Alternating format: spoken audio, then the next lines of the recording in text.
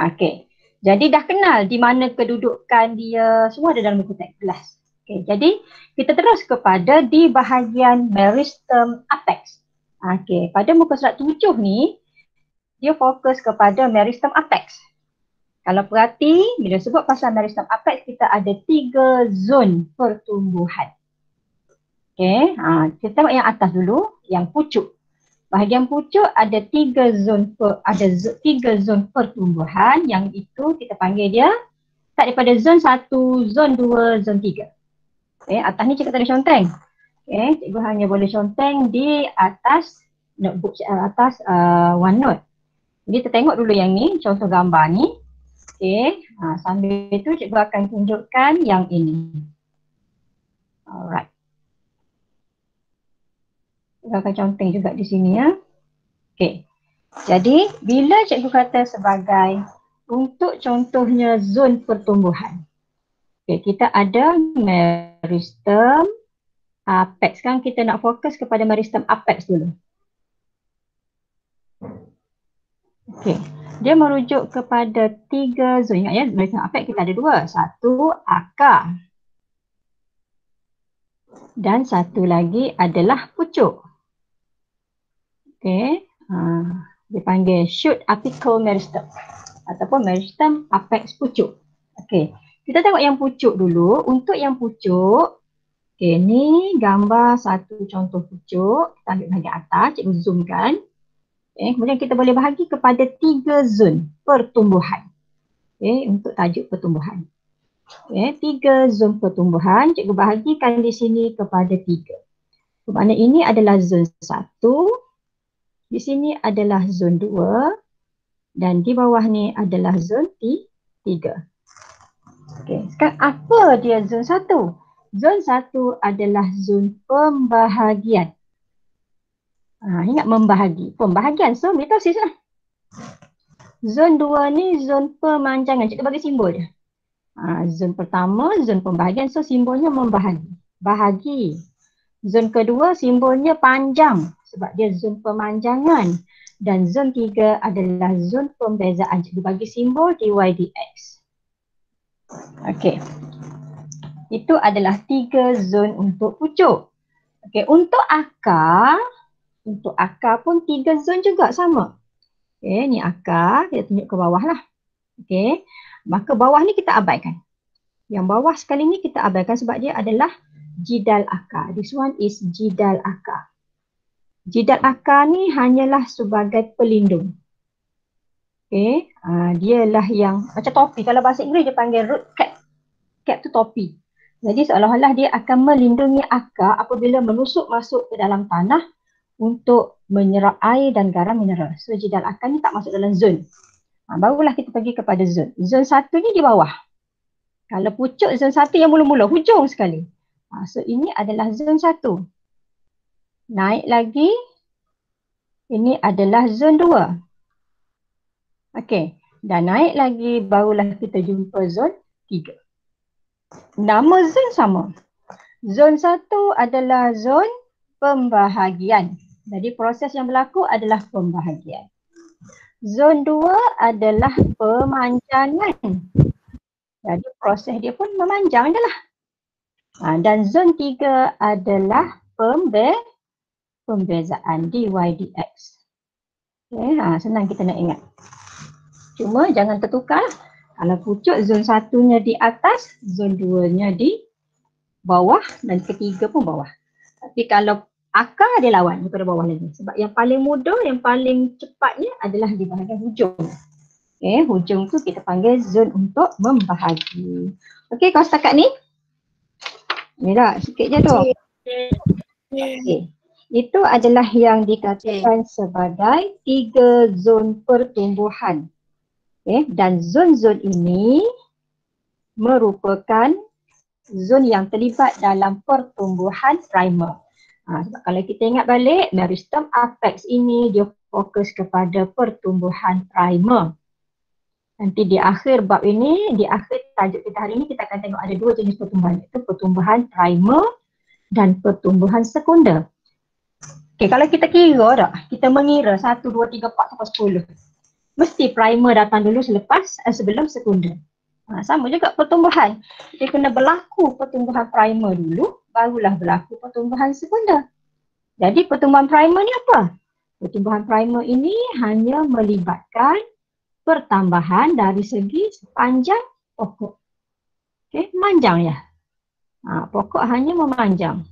Tak perlu bertambah saiz diameter dia. Dia hanya panjang. Okey, so ingat tumbuh tegak. Tegak ke atas dan ke bawah. Jadi maknanya dia fokus kepada pemanjangan pokok. Okay, that is pertumbuhan primer. Okay, kita tengok balik buku teks kita tadi. Okay, this one. Maka kita kena kenal apakah keadaan sel bagi setiap zon, iaitu zon membahagi ataupun zon pembahagian, zon pemanjangan dan juga zon pembezaan. Okey, ingat ya, zon tadi tak ada masalah dah. Zon 1, zon 2, zon 3. Okey. Kita tengok pula kepada apakah sifat ataupun ciri-ciri sel dalam setiap zon. Okey. Ciri sel dalam setiap zon. Ingat, zon 1 tadi adalah zon pembahagian. Okey, dalam exam, tak payah tulislah zon 1, zon 2, zon 3. Ini sebagai nota. Kita senang ingat zon 1 bahagi. Zon 2 panjang. Zon 3 DY/DX. Itu untuk nota kita. Tapi bila soalan tanya, namakan zon. Kita bagi nama lah. Zon pembahagian sel, zon pemanjangan sel dan juga zon pembezaan sel. Okey, kalau baca sini dalam buku teks ini, dia fokus kepada zon pembahagian ini adalah zon yang kita katakan apa ya? Yang aktif. Yang aktif bermitosis. Sebab tu ingat tanda bahagi je ingat mitosis. Sebab kita bincang ni masih lagi di sel-sel soma. Sel soma adalah semua sel badan. Badan tumbuhan lah. Semua sel badan tumbuhan kecuali sel gamet pembiakan. Maka bila kita bincang pasal sel soma, dia mesti mitosis. Tak ada proses lain. Okey, lepas tu pertambahan, dia menyebabkan pertambahan bilangan sel.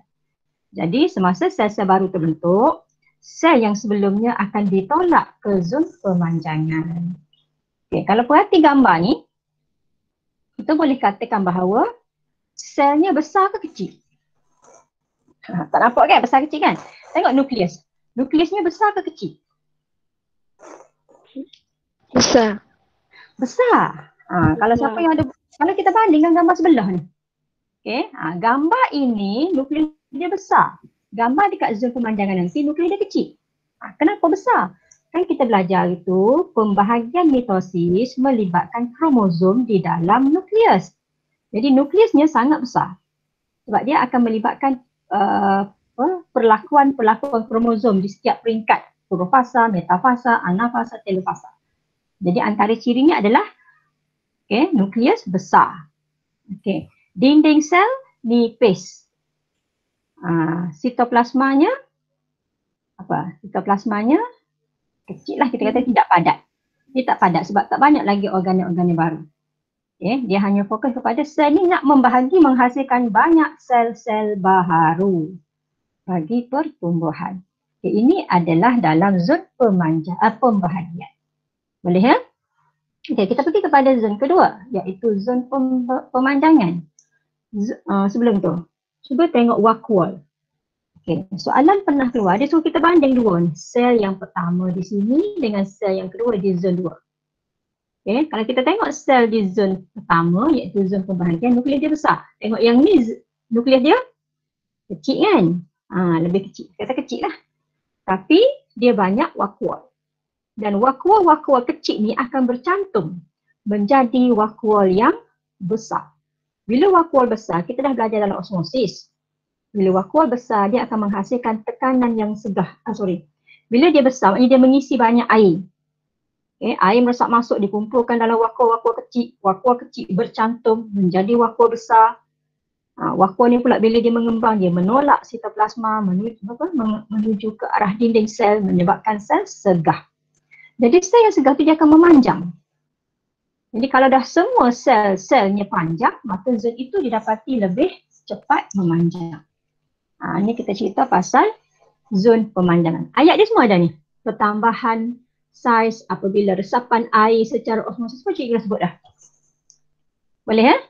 Jadi just ingat bahawa dalam zon kedua ini vakuol-vakuol kecil bercantum menjadi vakuol besar. Kenapa dia jadi bercantum? Sebab masing-masing mengembang kerana diisi oleh air secara osmosis. Ingat kan tajuk osmosis kan? Ingat. Ingat, air meresap masuk ataupun air meresap keluar. Lepas tu bila air meresap masuk dia kumpul dalam apa? Vakuol. Ya, dia berkumpul dalam vakuol. Sebab itulah nanti vakuol-vakuol kecil itu bila diisi oleh air dia akan jadi besar dan lama-lama bercantum menjadi vakuol yang besar. Okey, besar dan panjang lah. Itu adalah di zon pemanjangan. Kita tengok pula di zon 3 iaitu zon pembezaan. Okey, sekarang dia tak lukis gambar-gambar sel. Kenapa tak lukis? Sebab ada banyak sel-sel yang membeza menjadi bentuk yang khusus. Nanti kita tengok dalam modul. Okey. Jadi, kalau ingat lagi pada apa itu? Kita bincang pada tajuk tisu apa itu? Tisu meristem dan tisu epidermis. Tisu epidermis ada yang akan membeza menjadi tisu rambut akar, menjadi sel pengawal. Itu sebenarnya dah masuk kepada zon pembezaan. Okay, menjadi xylem, menjadi flower, menjadi tisu-tisu inilah nanti bila ditolak ke zon pembezaan dia akan membeza kepada struktur yang lebih khusus. Tu yang menjadi sel epidermis tu. Okey.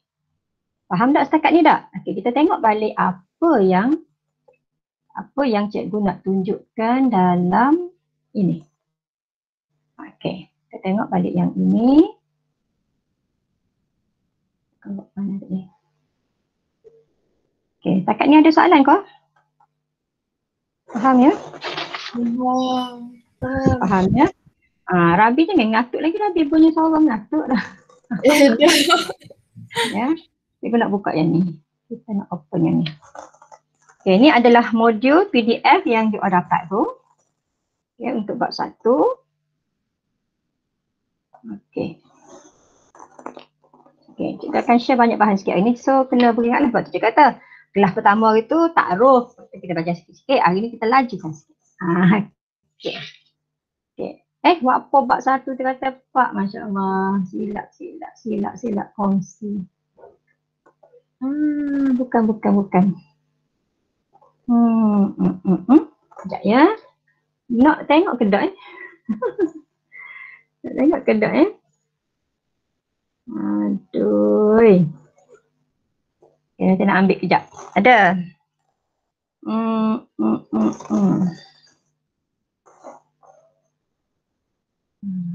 Tak pun berat. Ya, cikgu ambil yang cikgu kongsi.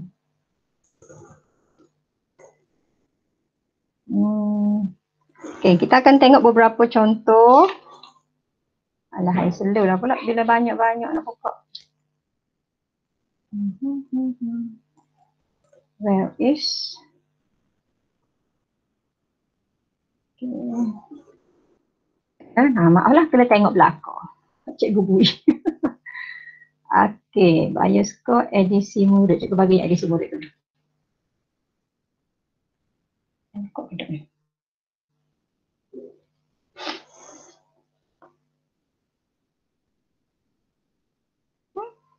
Cepat sikit. Okay. Okay. Oh, yang ni. Okay, kalau kita tengok sini, sebelum kita masuk pada uji minda 7, kita tengok sekejap. Okay, yang ni.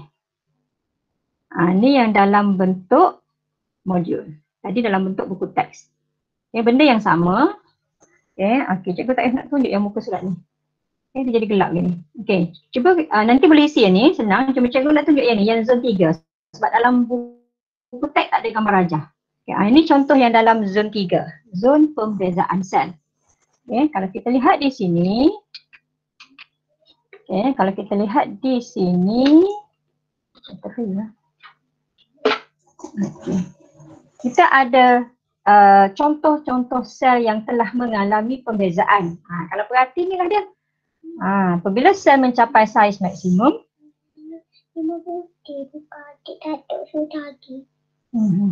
adik. Apabila sel mencapai saiz maksimum, pengkhususan sel mula berlaku ataupun pembezaan sel mula berlaku. Okay, di sini pembezaan ya. Sel-sel yang membeza ini mengalami perubahan bentuk dan juga perubahan struktur untuk menjadi sel khusus yang mempunyai fungsi yang spesifik. Okay. Maksud pembezaan, dia membeza, bentuk berbeza, struktur berbeza. Kenapa? Sebab nak jadi tisu yang khusus untuk menjalankan fungsi yang khusus ataupun fungsi yang spesifik. Jadi sel-sel ini membeza membentuk tisu, apa dia? Tisu khas ataupun tisu khusus seperti epidermis, korteks, xilem dan phloem. Contoh pula pada epidermis akar, dia membeza membentuk rambut akar. Ya, pembezaan sel epidermis daun menghasilkan sel pengawal yang mengawal pembukaan dan penutupan liang stoma. Jadi ini yang berlaku pada zon pembezaan. Tak apa sangatlah. Ini sebab you dah tahu dah apa contoh nama-nama sel. Kalau cikgu suruh label ni boleh tak? Siapa yang ada nama, ada bahan ini di depan mata, ada dah print, tolong label. Yang pertama ni gambar apa? Label. Gambar apa yang pertama ni? Yang pertama ni gambar apa? This one. This one yang cikgu tunjuk ni. Gambar apa? Label, tulis. Conteng kalau yang dah ada print. Sel pengawal. Ya, kita nak fokus. Tarik label ni nanti, tarik garis, tulis sel pengawal. Betul. Okey, gambar yang kedua. Gambar ni. Yang kedua, gambar apa ni? Dia ada unjuran panjang. Akar. Ya, inilah sel rambut akar. Sel rambut akar. Dia ada unjuran panjang. Panjang kat tepi ni. Okey, sel rambut akar. Okey, gambar rajah yang ketiga yang ni. Dua-dua ni lah, serupa lah ni. Ni adalah xilem. Yang pertama adalah saloxilem. Tulis label, saloxilem. Yang kedua ni adalah trakid. T-R-A-K-E-I-D. Trakid. Pun cikgu dah sebut juga pada hari Ahad ada sikit-sikit ya. Okey, rajah yang ketiga ni adalah sel epidermis, iaitu lapisan epidermis atas. Bila lapisan epidermis atas kenapa khusus? Sebab dia ada lapisan kutikel di atas. Boleh label. Okey, ada kutikel. Mana cikgu nak?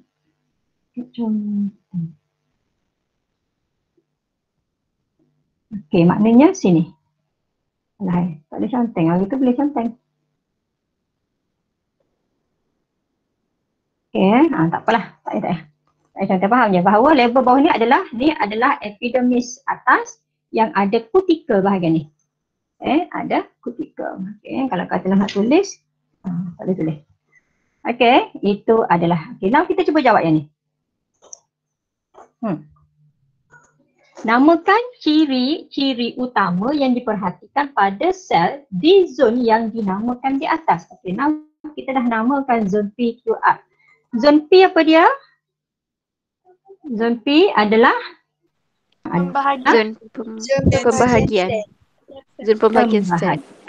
Zon pembahagian. Tidak boleh lagi. Okey, ini adalah zon pembahagian. Kita naknya ada apa? Sekejap ya anak-anak.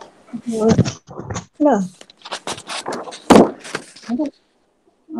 Cuit nanti lepas ni dia lagi ya pula esok. Tiga tak ada. Tiga tak ada lagi. Dua tak ada lagi. Oh, ni kita kecak dengan adik kita. Adik ni tu kot. Apa? Kerja ke?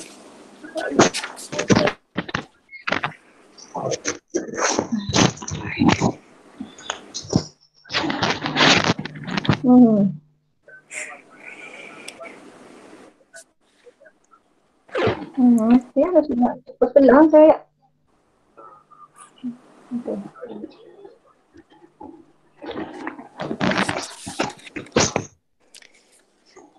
Okey, sorry ya. Okey. Zon P dah tahu nama. Huraian dia apa huraian dia? Sebab dia nak ciri utama yang diperhati kepada sel. Apa ciri tadi?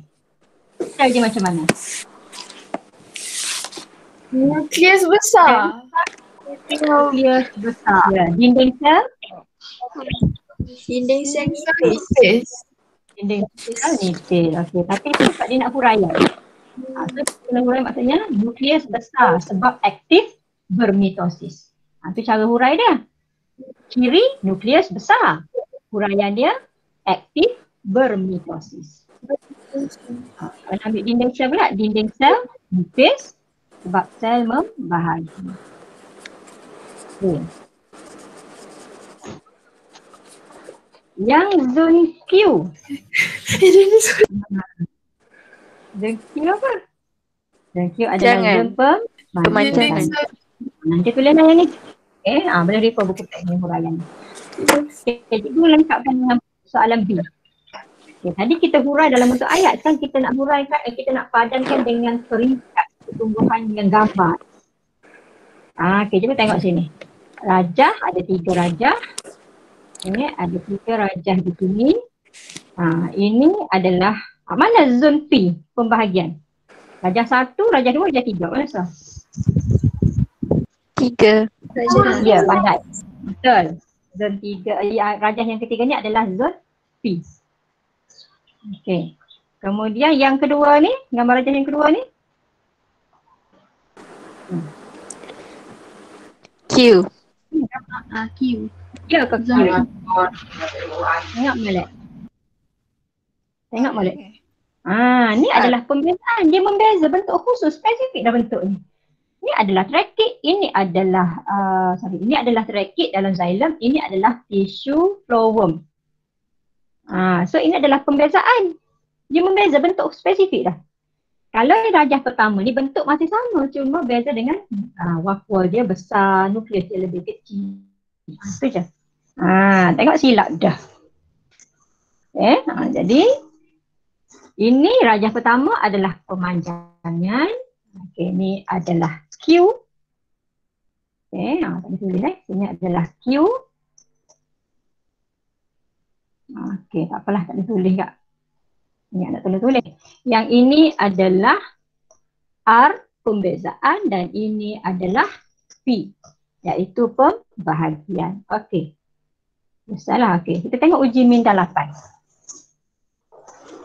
Eksperimen mengkaji akar sejenis biji yang telah bercambah.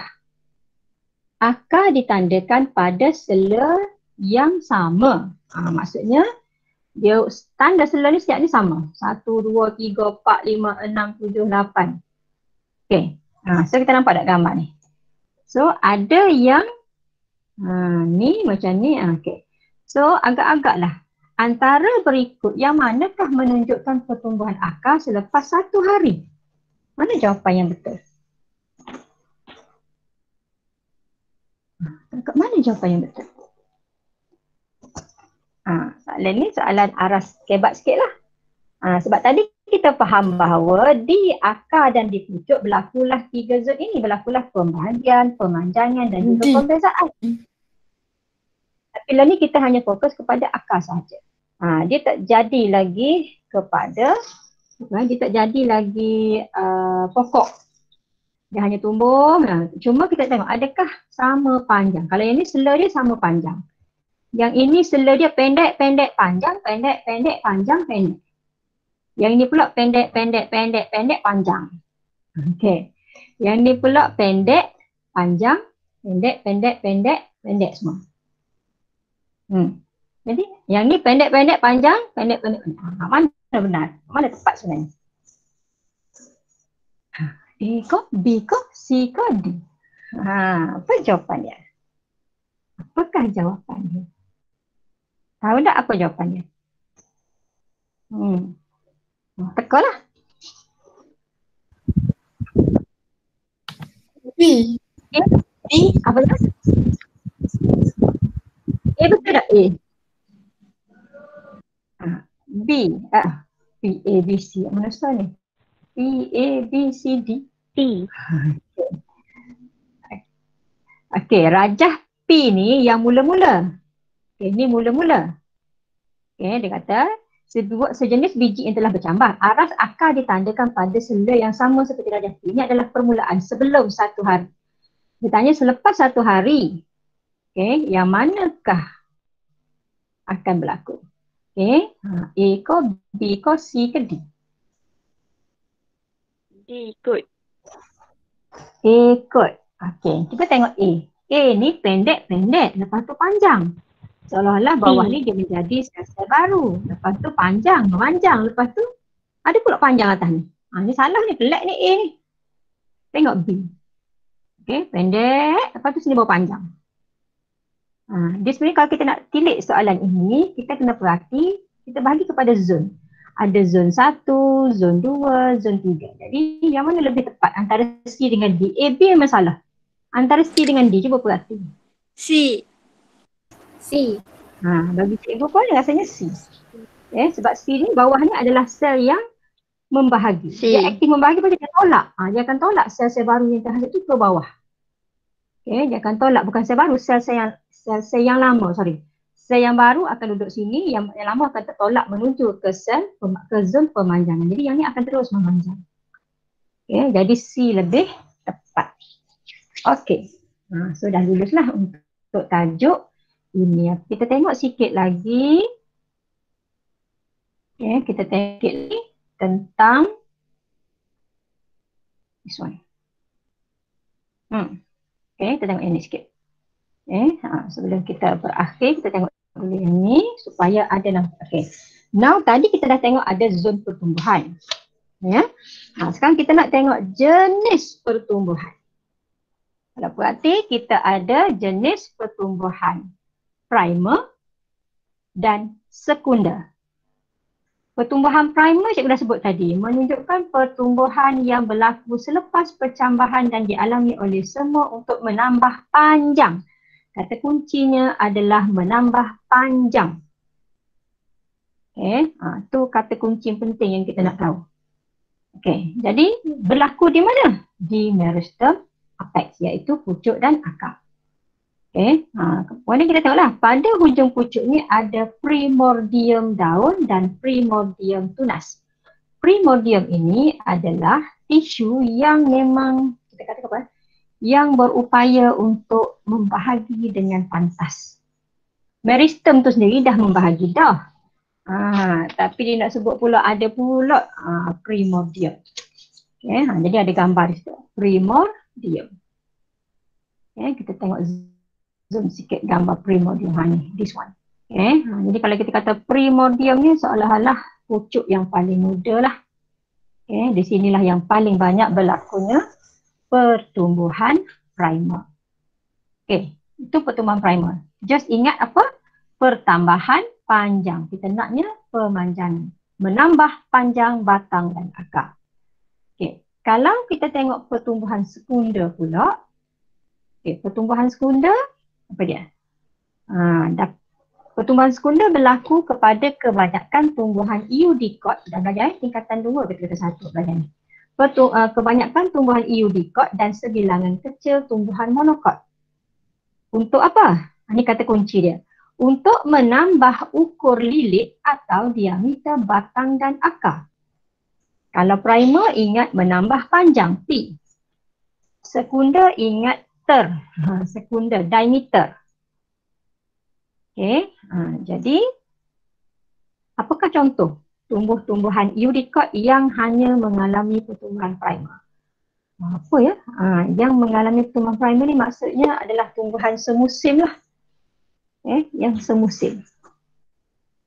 Contohnya apa dia? Apa contoh pokok eudicot? Belajar tingkatan berapa eudicot? Durian. Pokok durian eudicot Ya ke? Eudicot tu dicot ke? Pokok durian. Tumbuhan tidak berkayu seperti tumbuhan herba tidak mengalami pertumbuhan sekunder. Bagi contoh tumbuh-tumbuhan eudicot yang cikgu sebut kalau kata contoh monocot ialah semua tumbuhan monocot mengalami pertumbuhan primer. Kita just ingat di sini adalah asalnya pokok ini adalah daripada biji benih. Bila biji benih itu bercambah, jadi anak pokok, itu pertumbuhan primer. Lepas tu kalau dia habis dia semusim, dia mati, itu pun hanya mengalami pertumbuhan primer. Tapi kalau tumbuhan tu dia hidup bermusim-musim, kita panggil dwi musim ataupun banyak musim, maka dia sebenarnya sudah mengalami pertumbuhan sekunder. Nanti bila tajuk kepada yang seterusnya nanti kita akan nampaklah ada tumbuhan semusim, ada tumbuhan dwi musim, ada tumbuhan saka. Itu dalam tajuk seterusnya. Okey, tak apa. Hari ni kita tengok ini je. Jadi untuk pertumbuhan sekunder, cikgu tinggallah pertumbuhan primer sebab sikit tadi. Pertumbuhan sekunder merujuk kepada apa yang berlaku adalah pada meristem lateral, rajahnya. Meristem lateral, iaitu cambium vascular dan juga cambium gabus. Tengok pada rajah. Di mana cambium vascular? Ni cambium vascular. Yang warna hijau. Cambium vascular. Yang tengah ni adalah xylem. Ni akar. Akar ni batang ni. Ni xylem. Kemudian di luar lagi adalah xylem primer, xylem sekunder, kemudian ada flowworm primer, flowworm sekunder. Flowworm primer duduk luar. Flowworm sekunder lebih dalam. Tak apa, tak nampak ni tak apa. Yang penting kita nak ini dulu. Pembahagian pertumbuhan sekunder melibatkan meristem lateral yang dilakukan oleh cambium vascular dan cambium gabus. Jadi apa dia cambium vascular? Kita tengok rajah ni. Rajah ni lebih jelas. Muka surat seterusnya. Cuba perhati. Kalau cikgu ambil potongan di sini, contoh rajah ni, potongan di sini pada batang. Luar sekali epidermis. Luar sekali mesti epidermis. Masuk dalam ni adalah flowworm. Faham tak gambar rajah ni? Faham ke tak? Faham. Ya. Faham. Katalah cikgu try conteng sikit nak suruh mudah faham. Maksudnya kalau kita ambil batang pokok, ni keratan rentas batang pokok, maka di sini nanti dia ada berkas vaskular. Allah berselerok lah pula. Kena buang sikit. Kita buang yang ni. Sebabnya agak berselerak.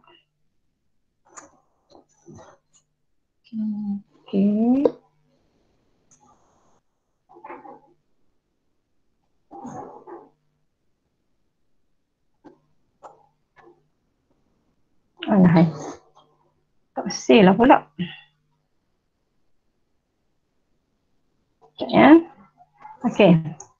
So contohnya macam ni tadi. Ni keratan rentas batang. Kita ada berkas vaskular yang disusun macam gelang. Sebenarnya ada dekat gambar yang buku tek tadi, duduk bawah sikit. So biasanya di sini akan ada pembahagi. Yang dalam ni adalah xylem, yang luar ni adalah flowworm. Tu berkas vaskular. Kemudian di luar lagi ni adalah epidermis. Lapisan paling luar adalah epidermis. Jadi cambiumnya yang ini. Ni pembahagi ni. Ni adalah cambium. So disebabkan dia adalah cambium yang terdapat pada tisu vaskular, sebab ni kita panggil dia berkas vaskular. Berkas vaskular. Vascular bundle. Maka kita panggil dia cambium vascular. Dan cambium vascular inilah yang akan menjalankan pembahagian sekunder. Itu yang cikgu nak tunjukkan di mana pembahagian sekunder dan di mana kedudukan cambium sekunder. Kita balik kepada gambar rajah tadi. Ni gambar rajah ni. This one. So luar sekali kita ada cortex. Ni luar sekali kita ada cortex. Tak besar.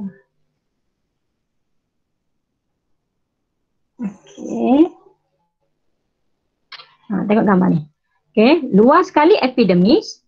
Dalamnya ada cortex. Lepas tu kita akan jumpa dengan tisu cambium, tisu-tisu vaskular iaitu Kita ada start dengan flowworm. Ni mana flowworm? Okey ni. Ni warna kuning ni flowworm.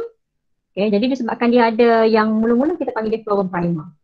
Lepas tu di bahagian dalam yang warna koko gelap ni adalah xylem primer. Jadi tengah ni kita panggil cambium vascular. Jadi di dalam ni adalah empulo lah. Okey.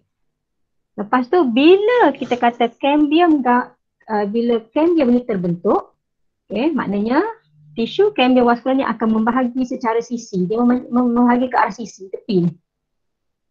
Maka dia akan jadi satu gelang. So peringkat pertama dia dah jadi satu gelang cambium. Masa inilah nanti akan wujud cambium, akan wujud xylem baharu dan flowworm baharu. Tengok rajah dah. Jadi rajah ni kita tengok nampak. Ada flowworm baru. Flowworm baru ni dekat dengan cambium, dekat dengan gelang cambium. Maka kita panggil dia flowworm sekunder. Flowworm primer ke mana? Kita tolak belakang lagi. Mana kuning tadi? Kuning tua. Kuning tua ni adalah flowworm primer. Yang baru ni kita panggil flowworm sekunder. Begitu juga dengan xylem. Xylem yang akan terbentuk yang baru tu kita panggil dia xylem sekunder. Yang baru. Xylem tua tu kita panggil xylem primer. Jadi gelang ada satu gelang cambium. Ni kita panggil sel lah ni pokok ni. Begitulah seterusnya sampailah kita kata bila benda ni berlaku maka dia akan menghasilkan tekanan tinggi pada epidermis, maka epidermis merekah. Macam orang ngandung lah ada scratch mark. Jadi epidermis ni merekah jadi pecah. Bila pecah, sambil-sambil tu cambium gabus yang ada di sini sudah membahagi menghasilkan satu tisu bergabus. Ingat ya, bila sebut tisu meristem lateral tadi, kita akan libatkan cambium vascular dan juga cambium gabus. Cambium gabus di mana? Di bahagian cortex. Jadi bila dah ada cambium gabus membahagi menghasilkan sel-sel bergabus, kita panggil dia gabus. Boleh ya? Jadi cortex tolak ke dalam sikit lah. Maka inilah yang dikatakan berlaku pada pokok berkayu. Cuma kita fikir logik dah. Bila epidermis merekah, epidermis adalah tisu bahagian luar yang boleh melindungi batang ataupun tumbuhan. Kalau dia merekah, tentunya dah hilang perlindungan. Senang nak dijangkiti oleh kulat, oleh bakteria, oleh patogen. Jadi kenapa batang kayu ni elok je tak rosak, tak kulat? Siapa boleh jawab? Sebab ada lapisan lain kan? Apa nama lapisan lain? Sebab ada gabus. Gabus. Ya, betul. Sebab ada gabus. Apa sifat gabus? Dia melindungi. Sifat gabus tu fungsi. Apa sifat gabus? Keras. Gabus kerah kau? Pernah tengok penutup gabus? Lembut. Terapak. Kayaknya. Kenyal. Kenyal. Belum lagi. Mana yang tepat? Flex. Contoh, kita bubuh gabus dalam air. Basah tak gabus tu? Galis Dia kalis air. Kan? Betul tak gabus ni kalis air? Ya, dia kalis air. Jadi bila dia kalis air, Betul. walaupun epidermis luar ni dah merekah, tak ada protection, tapi dia ada lapisan gabus. Jadi gabus inilah yang melindungi batang pokok akibat daripada rekahan epidermis. Jadi batang pokok walaupun dia besar, kulit dia menggerutu, pecah dah jadi kulit batang, bark. Dia masih lagi tidak berkulat sebab ada gabus. Lepas tu kalau kita tengok pula, lagi tebal gabus, lagi bolehlah dia terapung sebab tu kayu balok besar mana pun duduk dalam air terapung kan? Ya. Kita kata besarlah batai balok ni kalau jatuh dalam sungai gelap pun. Sebab lagi besar, lagi banyak tisu vaskular dia iaitu xylem, lagi besar tisu vaskular xylem dan flowworm, lagi besar ataupun lagi tebal lapisan gabus dia. Itulah ciptaan Allah. Comel buat. Pokok besar. Tapi tak kulat pun. Nampak tua kat mana? Tua sebab kulit dia merekah. Makin tebal, makin tebal. Itu adalah menjadi kulit batang. Okey. Ini adalah tutup mana ni? Tutup mana buku teks? Okey, cikgu tutup buku teks ni. Cikgu tutup buku teks ni. Okey. Jadinya pukul 11. Okey, jadi kalaulah kita kata itu adalah berkenaan Okay, kalau cikgu sambung gambar rajah ni tadi, perasan tak? Okay, ni adalah lapisan luar ada epidermis.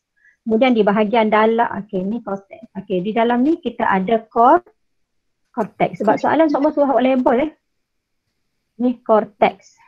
Tengah ni adalah gabus. Ni adalah empulu.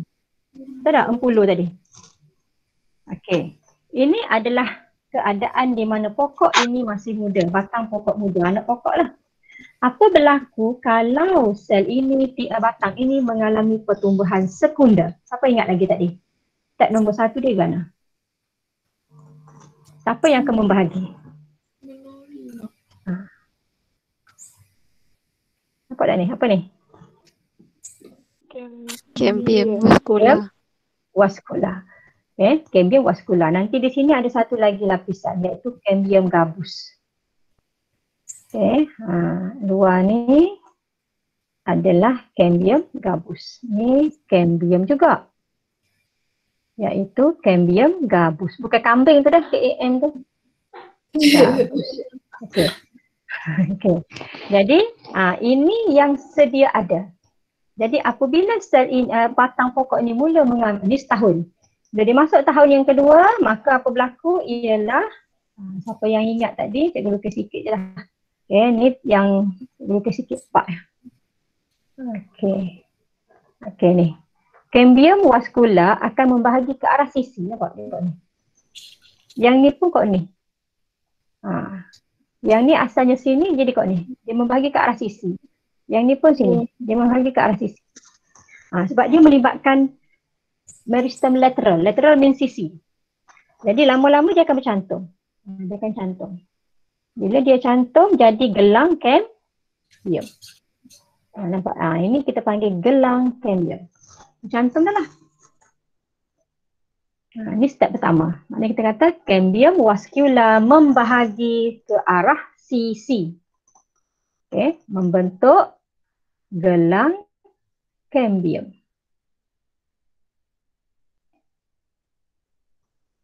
Okay. Membentuk gelang cambium. Lepas tu dia membahagi pula ke arah berserenjang kot ni. Membahagi kot ni, membahagi kot ni. Okay, cikgu guna warna hijau. Okay. So, bila dia membahagi ke arah sini, membahagi ke arah sini, itu kita panggil berserenjang. Maka dia akan hasilkan tisu baru. Nampak tisu baru? Warna hijau. Okay. Tisu baru ni, kalau dia menuju ke arah flowworm, jadi tisu baru ni ada, tisu lama ni kita panggil flowworm primer. Jadi F1. Itu flowworm primer. Yang baru terbentuk sini ni, kita panggil flowworm sekunder. Flowworm baru. Okay, besar sikit. Okay. Lepas tu, sama juga. Dia kan membagi ke arah sini kan? Okay, so kita dah ada dua tisu lah ni. So, kita ada flowworm sekunder dengan flowworm primer. Xylem pun sama. Kita akan dapat dua lagi tisu sini. Okay, so, ni yang baru. Warna hijau juga. Warna lain. Okay, ni. Tak saya nak warna hijau juga, tak apalah. Okay, so yang ini akan jadi xylem primer sekunder yang baru. Wak lama tolak jauh gidal Ni xylem primer. Jadi kita dah ada dua tisu baru. Apa nama tisu baru tu? Flowworm sekunder dengan xylem sekunder. Jadi yang sekunder tu yang baru second. Yang primer jadi yang tua. Kalau takut tak ingat, kau ingat gini je. Cambium ni dia macam orang bini. Dia bini dua orang dah. Siapa bini dia? Siapa bini dia? Flowworm bini xylem kan? Ni xylem, ini flowworm. Dua orang bini dia. Lepas tu dia tambah dua lagi. Dua lagi tu siapa? Ni xylem sekunder dengan flowworm sekunder. Jadi bini baru mesti duduk dekat dengan dia. Bini tua takutlah jauh sikit. Faham tak maksud cikgu? Faham tak? Faham. Itu soalan. Jadi senanglah nak label. Yang primer jauh. Apa maksud primer? Flowworm primer jauh keluar. Xylem primer pun jauh ke dalam. Dekat dengan dia siapa? Flowworm sekunder dengan xylem sekunder. Okey. Ya, pada masa yang sama pula, kambium gabus ni akan menghasilkan tisu gabus. Jadi adalah gabus pula sini. Luar ni menjadi gabus. So, bila dia pecah kat luar ni, bila dah pecah nanti, ni crack. Bila crack yang luar ni, dia dah ada lapisan Tisu gabus gabus. sebagai pelindung. Ya. Inilah yang dikatakan sebagai berlakunya pertumbuhan sekunder. Jadi proses ni dia akan repeat lah. Tahun depan dia repeat pula. Tahun soal lagi dia repeat pula. Tahun soal lagi dia repeat pula. Sampailah batang tu jadi cukup besar. Jadilah pokok balok. Okay, faham ya? Dia boleh hidup lama. Pertumbuhan sekunder ni menyebabkan tumbuhan boleh hidup lama. Kita panggil dia tumbuhan saka lah. Yang boleh menjadi tumbuhan saka? Apa tumbuhan saka? Tumbuhan balok contohnya. Hidup Okey. lama. Jadi, ya. Saka tu hidup lama. So, kalau kata, dia tu ada saka. Saka tu kan benda lama. Saka, S-A-K-A, saka. Okey. Kalau tengok buku teks pada muka surat 12, dia ada cerita juga pertumbuhan sekunder pada akar. Lebih kurang je lah. Lebih kurang. Cuma bezanya ni pada batang ya. Yang cikgu lukis ni adalah batang. Sebab apa nak tahu batang? Sebab bekas vaskularnya macam gelang. Tersusun macam gelang. Kalau pada akar, kalau akar, ni hijau, sorry ya. Kalau akar dia beza sikit lah. Luar ni memang epidermis, cuma xylem dia macam bintang. Kalau akar, xylem dia macam bintang. Tengok dalam buku lah. Comel lagi dalam buku, cikgu lukis ni mudah sikit. So ini adalah xylem. Luar ni adalah flower. Untuk akar. Jadi kambium duduk mana? Kambium di antara ni. Ni adalah kambium. Ni akan jadi kambium. So lapisan ini adalah kambium K.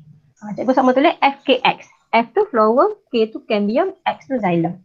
Jadi bila kita nak libatkan pertumbuhan, ialah kalau pokok batang yang besar, akar tak besar, takkan kukuh. Sebab akar ni bukan setakat untuk menyerap air, dia juga memberi sokongan kepada pokok supaya tidak tumbang. Jadi akar juga mengalami pertumbuhan sekunder. Hampir sama kisah dia, dia bermula dengan kambium vascular. Apabila kambium vascular ni membahagi, bila dia membahagi, dia akan jadi ganas. Dia akan jadi lebih. Nanti adalah lapisan sini. Lapisan sini dah jadi xylem sekunder. Flower pula di bahagian luar nanti akan jadi satu lagi. Gambar rajah dia ada dalam buku tu. Boleh tengok. Itu untuk akar. Jadi akar juga akan bertambah lilitan ataupun ukur lilit dia lah. Supaya menjadi lebih besar. Boleh ya? Jadi kalau perhati apa yang cikgu bincang tadi, dua-dua ini, contohnya ini, iaitu pertumbuhan sekunder pada batang, ni batang. Yang ini akar. Dua-duanya berlaku pada tumbuhan eudicot. Eudicot ni sebenarnya adalah lebih daripada satu cotyledon, termasuklah dicot. Tapi ada juga tumbuhan monocot. Ini untuk eudicot. Eudicot dua-dua ni. Tapi ada juga tumbuhan monocot. Ada juga monocot yang mengalami pertumbuhan sekunder. Ini special. Contohnya agave. Contoh lain adalah Dracaena.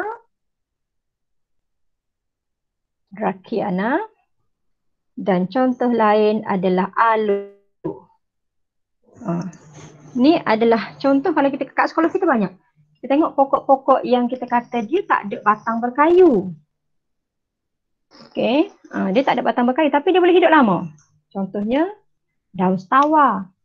Contoh lain agave. Agave tu spesies-spesies dia lah. Lepas tu aloe vera. Aloe vera kan tengok dia duduk dalam pasu. Siapa besar siapa dia.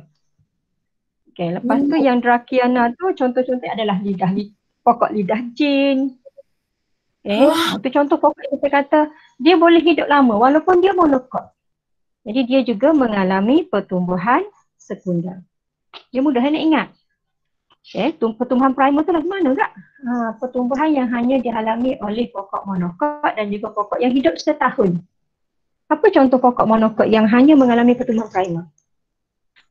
Pisang. Ada juga kata pokok pisang, betul. Okey, pernah dengar tak orang kata takkan padi kena? Pisang, takkan pisang berbuah 2 kali? Ya. Setahun jagung, pernah dengar tak kata setahun jagung? Pernah. Apa maksud setahun jagung? Pokok jagung kita tanam tu macam pokok padi. Pokok padi, pokok jagung, pokok pisang. Bila dia dah keluarkan hasil, buah dia, biji benih dia tu, kita tuai hasil tu, pokok tu akan mati. That is pokok monokot. Pokok yang hanya hidup setahun, semusim. Lepas tu apa dia panggil monokot? Mono satu. Kot tu cotyledon. Pernah tengok tak berah? Nasi tahu dah semua pernah tengok berah. Okey. Berah, butir berah tu itu adalah biji padi. Boleh tak kita belah 2 lagi biji benih tu? Boleh. Boleh ke padi? Okay. Padi, biji padi. Boleh. Okay. Padi. Kalau cikgu contohnya biji pauh. Okey, pauh. Contoh biji pauh, macam mana biji dia? Okay, kita boleh belah sekali kan? Boleh belah 2. Ada 2 lapisan. Kalau buah pauh tu kita boleh belah, dia ada kecil sikit sini. Tu dicotyledon sebab ada 2. Kalau padi tak lelah dah susah ni lah. Apa boleh belah butir padi? Tu bukan belah, tu patah. Macam biji jagung, dia ada 1 je cotyledon, jadi monokot. Dan pokok monokot ini selalunya adalah pokok semusim. Kecuali spesies ni. Kecuali ni 3 ni. Agave, Dracaena dan juga aloe vera. Okay, bermakna dia adalah monokot tapi dia boleh hidup bertahun-tahun. Jadi bila dia kata hidup bertahun-tahun, dia juga mengalami pertumbuhan sekunder. Pokok cili. Okay. Pokok cili batang dia berkayu. Bila batang berkayu, dia adalah tumbuhan eudicot sebenarnya. Dia boleh hidup lama. Watermelon. Okay. Apa dia? Watermelon. Watermelon. Ya, pokok watermelon juga adalah pokok eudicot. Tapi dia hidup semusim.